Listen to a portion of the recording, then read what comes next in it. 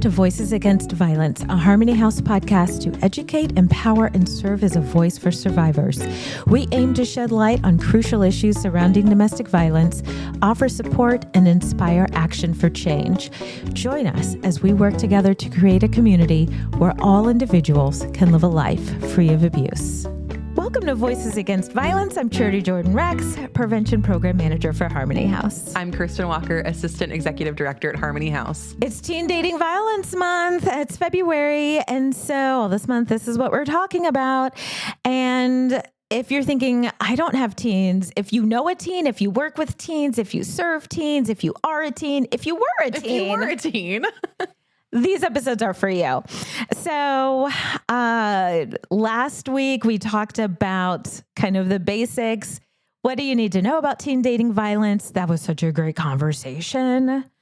It was hard to come to a stopping point for me personally. I don't know how you felt about that. Well, yeah, we talked so about much. We talked about last episode that this is something that's a passion area for both of us because it is so closely tied to prevention, and that we like having these conversations early and often with folks. Early and often.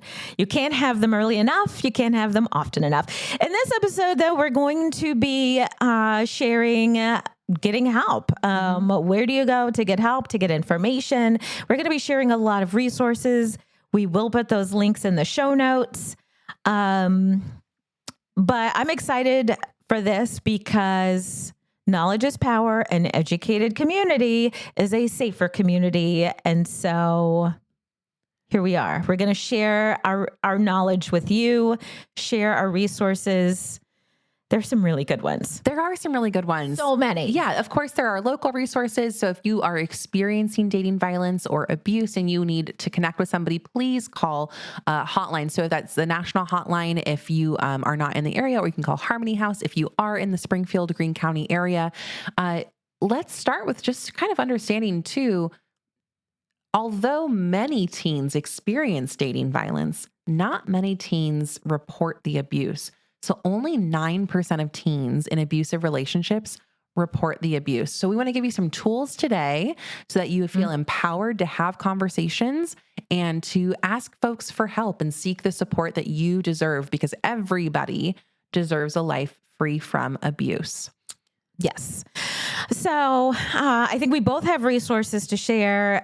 We might have some of the same ones, but I'm going to share some of my favorites and that I frequently refer to when I am creating my presentations and sharing resources with other folks.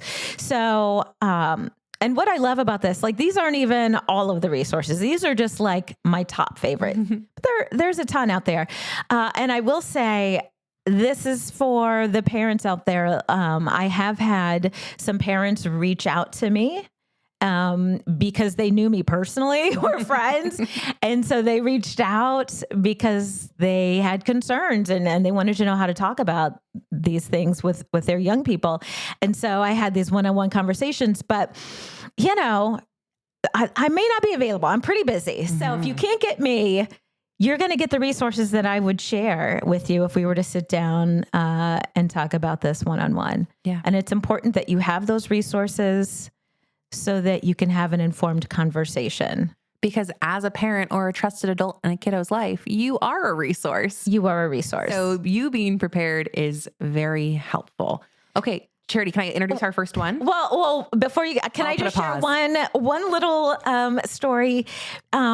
You know, it's especially with teens, you feel like you're just kind of, I don't know, throwing things into the void, but teens are listening. I had a parent tell me one time, a parent who had educated themselves and was informed, and their young person was dating someone who was exhibiting a lot of power and control behaviors, a lot of red flags, and they never demeaned that person. They what an awful person they are. What a jerk they are. They never said anything like that. They just said, that's a kind of red flaggy. That's really unhealthy behavior. I heard what they just said to you on the phone. All they did was talk about the behavior and whether it was healthy or if it was a red flag. And they said, and I don't know how much time passed, but they said eventually their teen came to them and said, you know what? I think you're right. There are just too many red flags here. Yeah. And that a parent helped them safely end that relationship. I'll share another one really quickly. There was a teen who came to our Community Unplugged conference last year, and they, are probably much more well-informed because of who their parent is and the conversations that they've been a part of than most teens. And still, after that conference, their parent messaged me and said, "Oh, my child, after sitting through some of those sessions, realized that the current relationship they're in was an unsafe one." Wow. And so, along with their parent, they were able to make a plan to safely end that relationship. So it might feel like, is my teen even listening? They're rolling your eyes. But I can tell you, as someone who's worked with young people for a very long time, it might look like they're not paying attention, right? But it's going in. Yes. And it's not for naught. Like, yes, it matters. It matters. Well, and I love the strategy that this adult used of describing the behavior, because that's one of the recommended tips is to describe the behavior, because when you start describing the person, it's going to create feelings of defensiveness, and especially if this is somebody that we have deep feelings for. So I love that little tip that it's like a little bonus tip in that story. Thank you. Yeah. One resource that I'd like to highlight that I found myself pointing to a lot was Love is Respect, loveisrespect.org. I was going to share that one too. Oh my gosh. Okay. Tell me why you like Love is Respect. Okay. So I like Love is Respect for a few different reasons. One, I do like the information. So there's a lot of information on the power and control wheel. If you are a longtime listener, that is something you have heard us talk about a lot. There is information on setting boundaries, understanding consent, understanding red flags. But the section that I probably like the most is the supporting others tab. So there is information on supporting your friend or roommate, supporting your partner, supporting your family member, supporting your child, and supporting a student. And it even has some interactive safety planning, which I think is really cool. One thing I appreciate about it too is the aesthetic of it. It looks appealing and youthful when you log on to this website. It doesn't look overwhelming with words or text. It does really look like it's colorful, it's modern, it's it's visual, they're great photos. It's inclusive. I too love that. Pretty much like however you're connected to a young person, there's help there for you, resources there for you. One of the things that I like that they have a personal safety section. So if you are in a situation, they have a tool there where you can, begin to formulate your own safety plan. There's just so much. I feel like as long as I have been using this website, I haven't yet gotten to the bottom. Like there's still more there to explore. And they talk about dating, healthy relationships, like all the things that we've been talking about. Like you can find it there. I feel like it was loveisrespect.org too. It was many years ago, so I might be misremembering. But I feel like they had a Valentine's option for Teen Dating Violence Awareness Month. And they were these great little print off Valentines that talked about like respect and boundaries and consent. And you could print them out for Teen Dating Violence Awareness Month and give them out as Valentines. I'm going to do more research into that because I think it was Love is Respect, but I might be misremembering. They do have a great tool and their theme. They always have a theme since their audience is young people. So they always do a lot around Teen Dating Violence Awareness Month. So their theme this year is Real Love Respects. And so if it's real, it's respectful. And so that really is the kind of the foundation of any relationship, whether it's a dating relationship or a friendship. But even the language they use is I just love the way they phrase things. Respect means listening, even when it's hard. Like anyway, great tools. If you can find I'll keep the Valentine's. I'll keep looking. Do you want to go ahead and share your next resource? Yes, I will share. So there is an organization called Day One.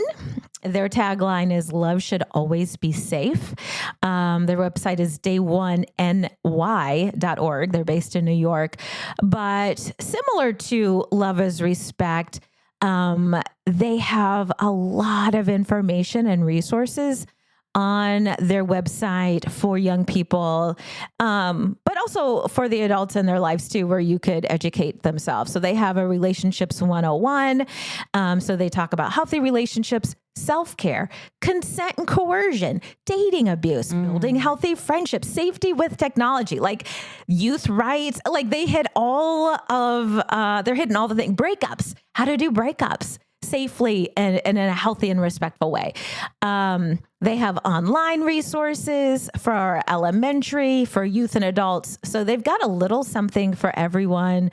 They also have a young professionals board. So neat. They have a board, but then they have a youth board. And so I also love knowing that what they're doing, they also are really centering the voices of youth, of teenagers around the country as board members. And so it feels very authentic. They're on Facebook, Insta, YouTube.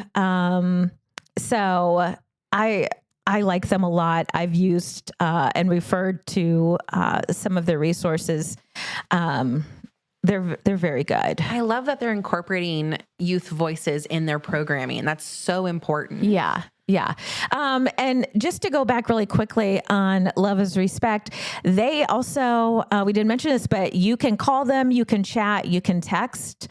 And so reach out to someone, or did you share that? And maybe I just wasn't paying attention. No, I did not share that. But thank you for. But yes, you can communicate with them and reach out to an advocate through Love is Respect. So love that. What's your next resource you want to share? Well, why don't we talk about Futures Without Violence? Ooh, yes. So Futures Without Violence is a site that we use oftentimes when we are pulling resources and statistics for our podcast. Futures Without Violence also has a lot of different webinars and free learning opportunities. So if you are interested in learning more about dating violence or abuse, you can log on to their website as well. That's futureswithoutviolence.org. They've got different resource libraries, podcasts, different events taking place, and of course, different toolkits to look through as well. Mm-hmm. I love them because they, again, have a wealth of information. I also like data. I want to see the stats. And so they have a lot of that, and I can kind of nerd out over that. But whether you are someone experiencing it or you are concerned about someone else, like they have resources for all of those folks. And I will say too, I am on YouTube a lot. I love to go on YouTube and find these organizations because they pretty much all have a YouTube channel. And so it might be just short little videos, reels of survivors, teens sharing their stories, or webinars. You've heard us talk about that. So if you maybe are a professional working with youth, or you're a parent and you just want a little bit more information, go on YouTube. And all of the sources that we are talking about today, everything they put out, it's very good. It looks good. It's very high quality. No shortage of resources out there. So excited to be able to share those with you in the podcast.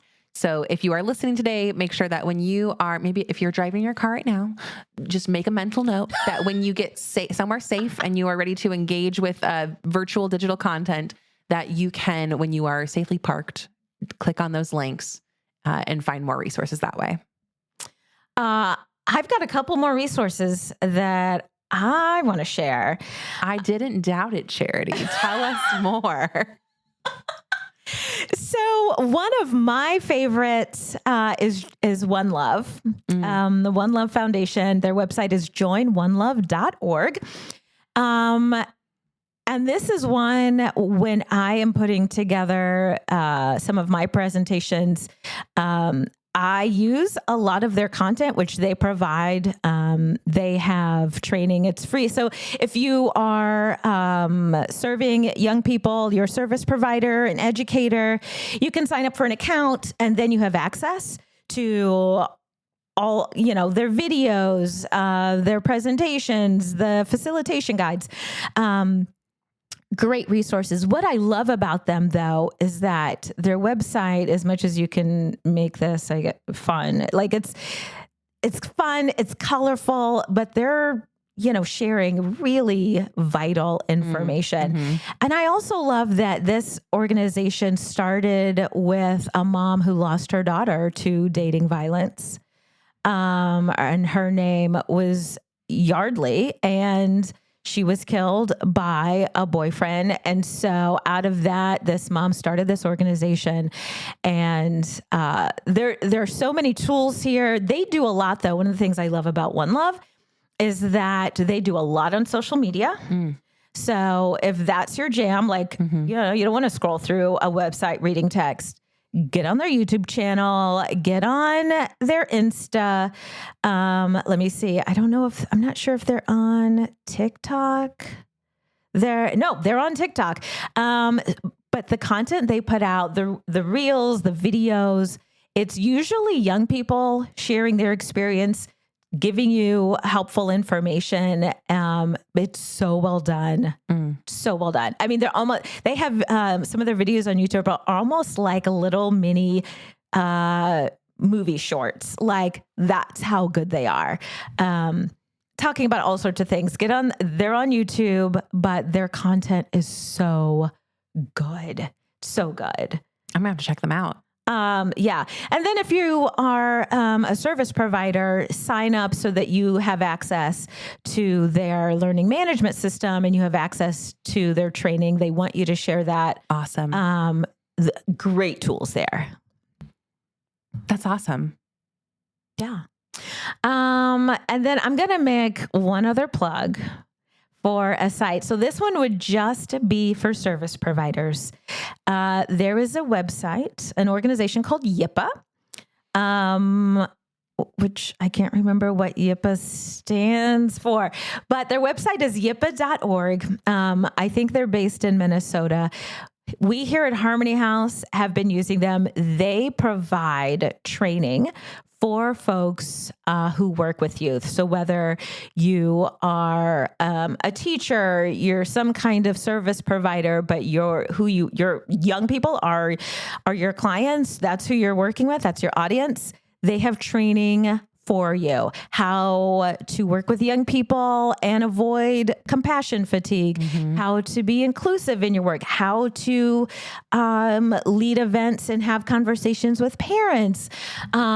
I mean, so many. I've taken so many trainings. Now, if you're the organization, you do have to pay, then all of your people have access to these trainings for professional development.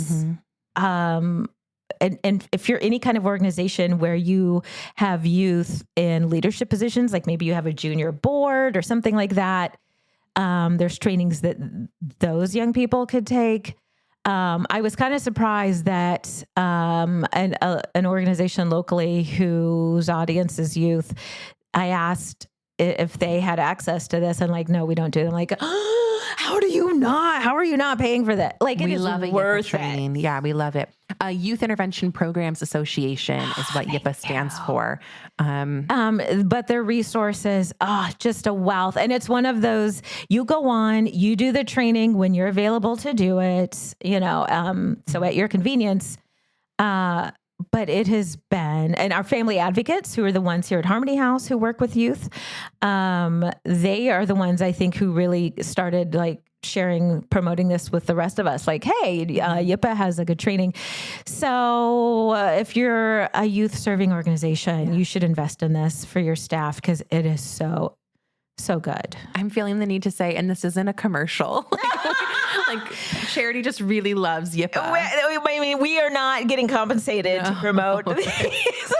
Nothing like that. We just really enjoy the content. I mean, these are resources, though, that we are using in our work and have found them to be really helpful in the work that we do. These are resources that I refer to in my work. And, knowledge is power.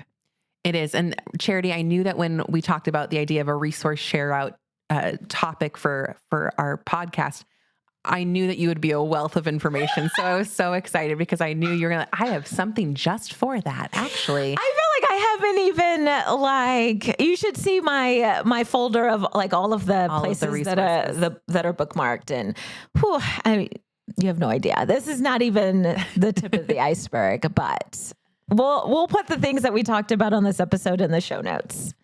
That sounds excellent. Charity, thank you so much for sharing your resources. Like you say, an educated community is a safer community. Thanks for listening. All individuals have a right to a life free of abuse. If you or someone you know needs help, please call our 24-hour hotline, 417-864-SAFE, 417-864-7233, or chat 24/7 with an advocate on our website at myharmonyhouse.org. Visit our website or follow us on our socials to stay up on the latest news and events. This is Voices Against Violence. Thanks for listening.